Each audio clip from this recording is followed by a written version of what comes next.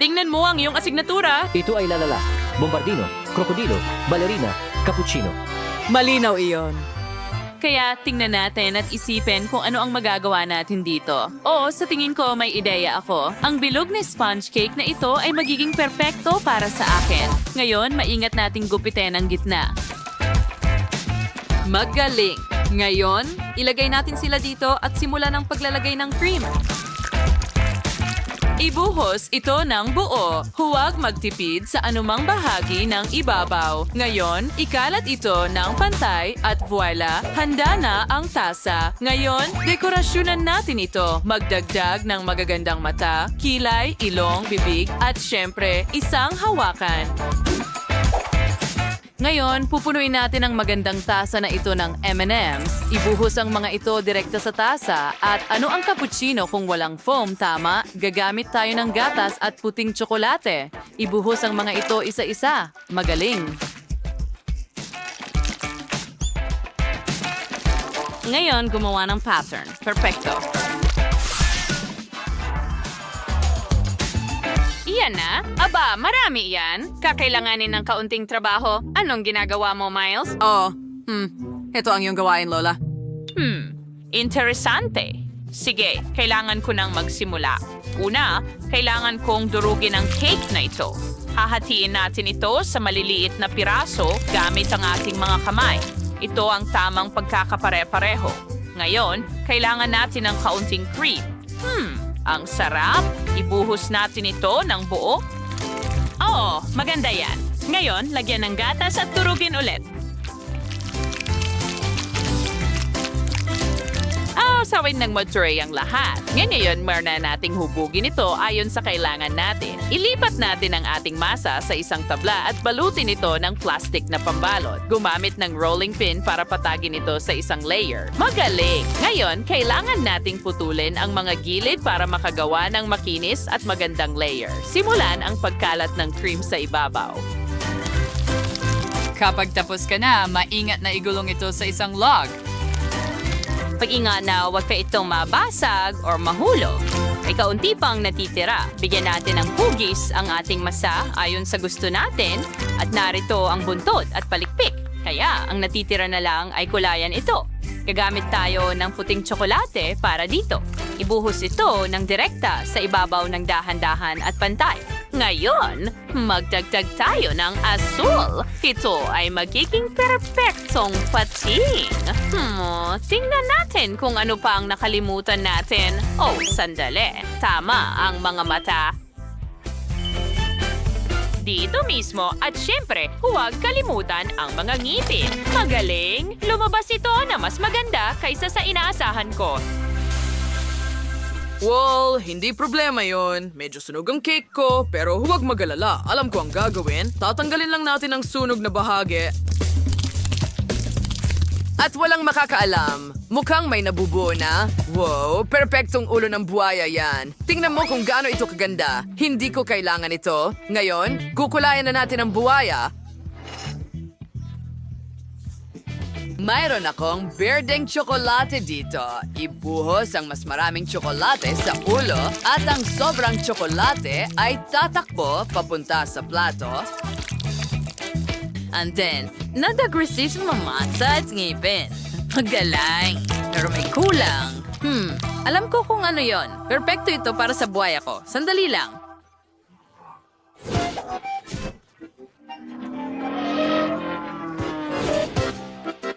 Kukunin ko na. Hi! Wow! Tingnan mo yan! Oops! Sorry! Sa tingin ko, ligtas na tayo! Kaya hindi na natin ito kailangan. At ito ay perpekto, talagang kamangha-mangha. Ang ganda ng lahat. Subukan natin ito. Oh, wow! Mukhang masarap. Tingnan mo yan! Ang sarap at ang bango. Gusto ko ito. Oh, kakaiba ang disenyo na yan. Ngayon, subukan natin ang pating.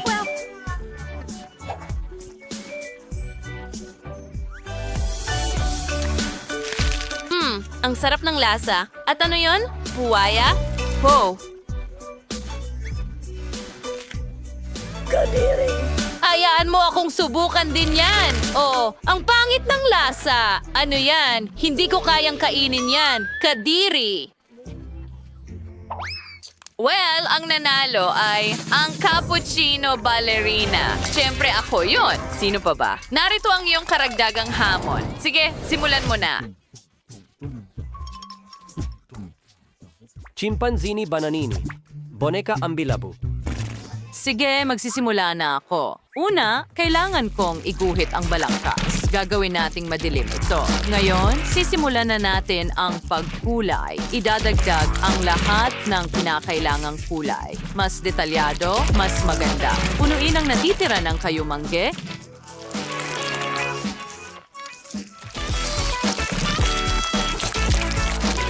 At ayan na. Ngayon, pwede na nating baliktarin. Tingnan mo yan. Pwede mong kunan ng litrato. Mukhang maganda. Oh, talagang maganda ito. Ngayon, ako naman. Ituturo ko sa iyo kung paano lumikha ng obra maestra. Magsimula tayo sa pagguhit ng ulo. Ngayon, gawin natin ang mga braso at pagkatapos ay gagawa tayo ng balat ng saging.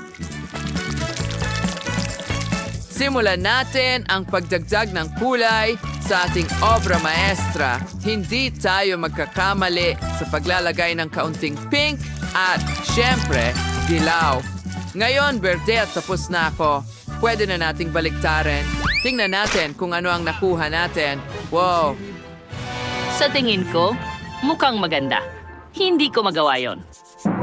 Oh, ito na lang ang natitira, ha? Sige! Ipapakita ko sa iyo ang lumang paraan. Nag-aral ako sa art school noong bata pa ako at may alam akong ilang bagay. Tama iyon. Ngayon, simulan na natin ang pagkulay.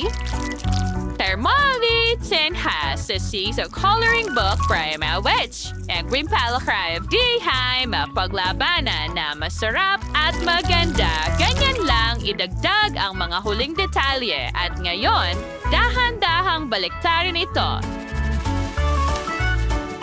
Perfecto! Ayun na mga bata. Anong ganda! Natapos na ang gawain ng lahat. Subukan natin ang kinalabasan. Napakabuti. Medyo masarap at napaka-realistic. Ngayon, tingnan mo yan. Napakaganda at napakasarap. Oh, anong nakakatawang maliit na sanggol. Halika dito, kakainin kita.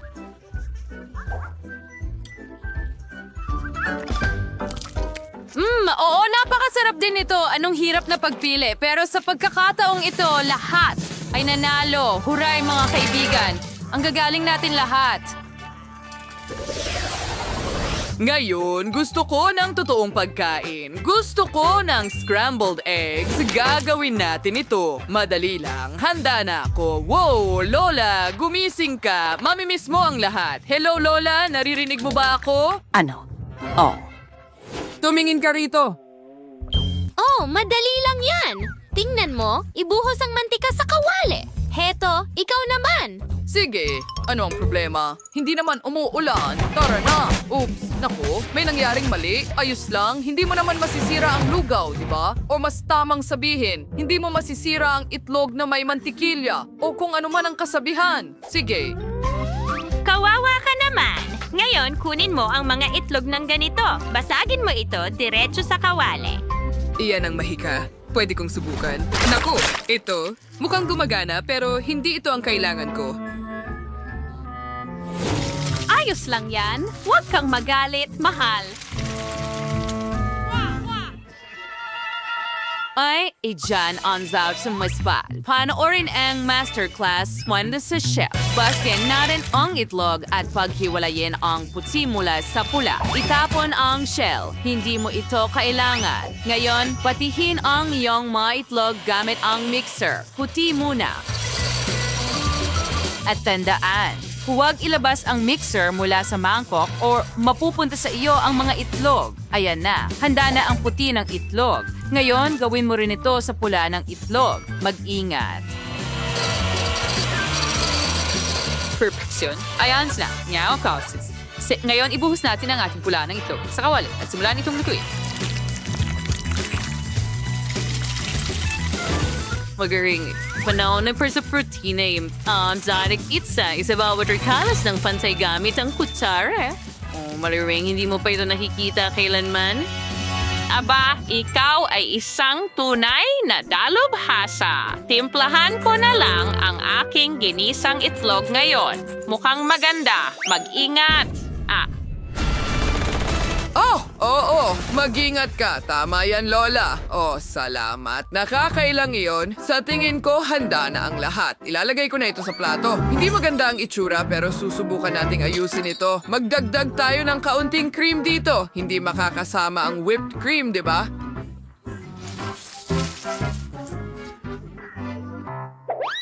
Oh, iyan ay isang sako na. Mahal.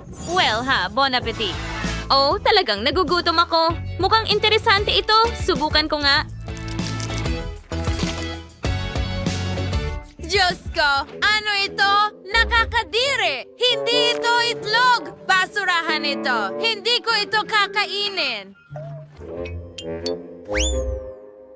Ayos, mas mukhang tama na ito. Mukha itong pie at mabango. Pero hindi talaga masarap ang lasa. Sana maging matagumpay ang ikatlong subok.